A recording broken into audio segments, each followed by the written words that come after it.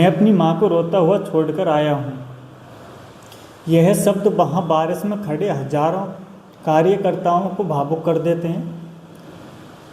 यह शब्द एक ऐसे युवा किसान नेता के हैं जिन्हें राजस्थान की राजनीति में लोग संघर्ष की मिसाल मानते हैं। वहीं कुछ लोग उन्हें विवादों की वजह से पहचानते हैं। छात्र राजनीति से शुरू हुआ यह सफ़र आज देश में चर्चा का विषय बन चुका है। आखिर कौन है नरेश मीणा? आइए जानते हैं। नरेश मीणा राजस्थान के एक साधारण परिवार से निकलकर राजस्थान यूनिवर्सिटी में छात्र राजनीति में सक्रिय होते हैं और वहाँ वो NSUI के टिकट पर महासचिव का चुनाव लड़ते हैं और वो विजयी होते हैं। फिर टाइम के साथ नरेश मीणा अपनी एक अलग छवि बनाते हैं। वो छात्रों की आवाज़ बनते हैं और वो एक संघर्षशील युवा छात्र नेता के तौर पर अपनी पहचान बेहद मजबूती से पेश करते हैं। राजस्थान की राजधानी में नरेश मीणा का नाम ज़ोर शोर से गूंजता है और उसके बाद वो कांग्रेस की सक्रिय राजनीति में अपनी पहचान बनाना स्टार्ट करते हैं। तो यह बात कांग्रेस में जो पहले से स्थापित नेता हैं उनको अच्छी नहीं लगती है और वो नरेश को कांग्रेस से किनारा करने की कोशिश करते हैं। तो धीरे धीरे नरेश की पहचान भी बनती है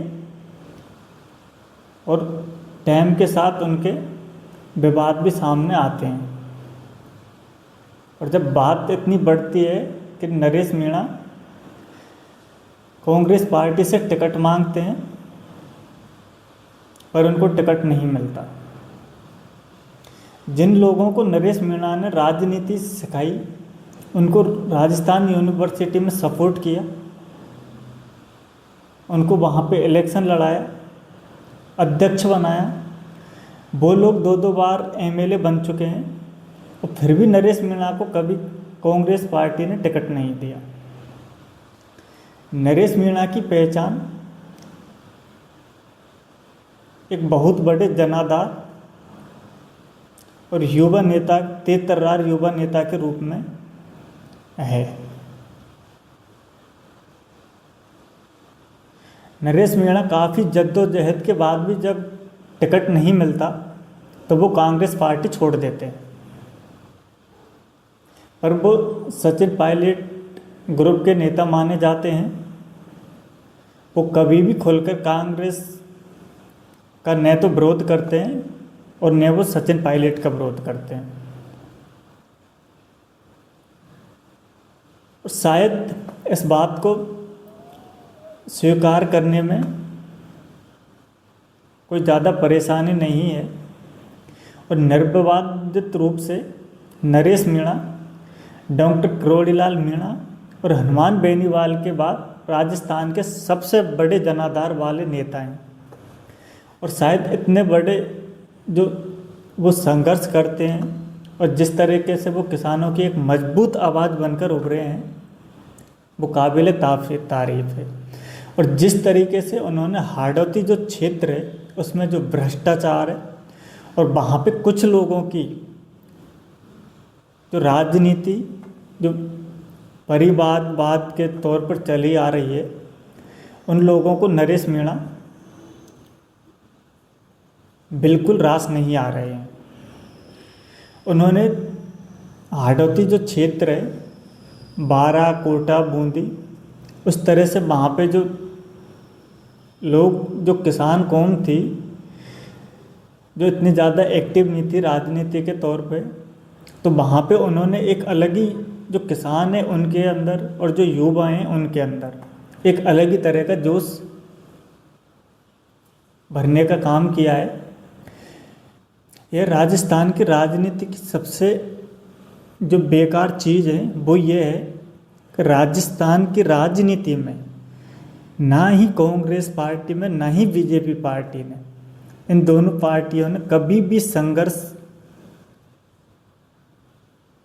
को जो रेस्पेक्ट मिलनी चाहिए थी, जो उनको वो डिजर्व करते थे, ऐसे संघर्षशील नेताओं को राजस्थान में कभी आगे बढ़ने नहीं दिया।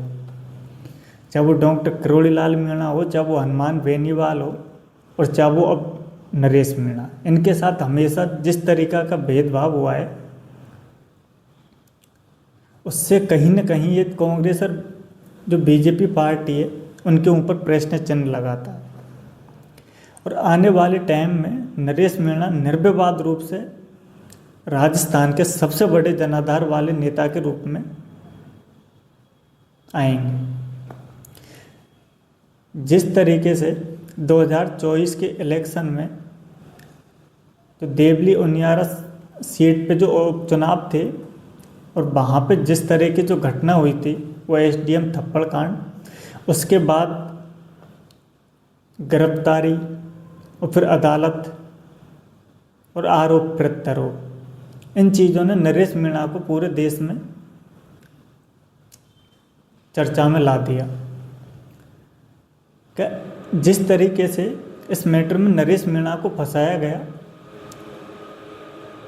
क्या ये कोई इतना बड़ा विवाद था? एक एसडीएम को थप्पड़ मारना, क्या उसमें इस तरह की धाराएं 307 जैसी धारा लगाना, ये कहाँ का औचित्य है? अभी एक वीडियो जो राजस्थान बीजेपी के पूर्व अध्यक्ष थे, उनका अभी सोशल मीडिया पे वीडियो वायरल है जिसमें वो एक अधिकारी को थप्पड़ मार रहे हैं। क्या उन पे कभी कोई कार्रवाई? जिस तरीके से नरेश मीणा को बार बार परेशान किया जा रहा है, कभी किसी मामले में उनकी जो अरेस्ट करते हैं, कभी किसी मामले में उनकी वो जमानत अर्जी लगाते हैं वो खारिज हो जाती है। तो ये भारतीय जनता पार्टी का एक घिनौना रूप है। ऐसे कितने ही नेता हैं जो अधिकारियों को प्रताड़ित करते हैं, उनको परेशान करते हैं, उनको मारा पीटी करते हैं। क्या ये कोई राजनीतिक इतिहास में पहली घटना थी?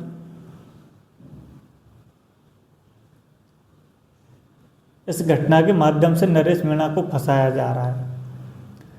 और ये भी बात एक सत्य है कि नरेश मीणा अगर कांग्रेस में रह के कांग्रेस को सपोर्ट करते हैं तो यहाँ पे राजस्थान में बीजेपी कभी वापसी नहीं कर पाएगी। ये नरेश मीणा को रोकने की साजिश है और हमें उम्मीद है कि नरेश मीणा अपने दुगने जोश के साथ वापसी करेंगे।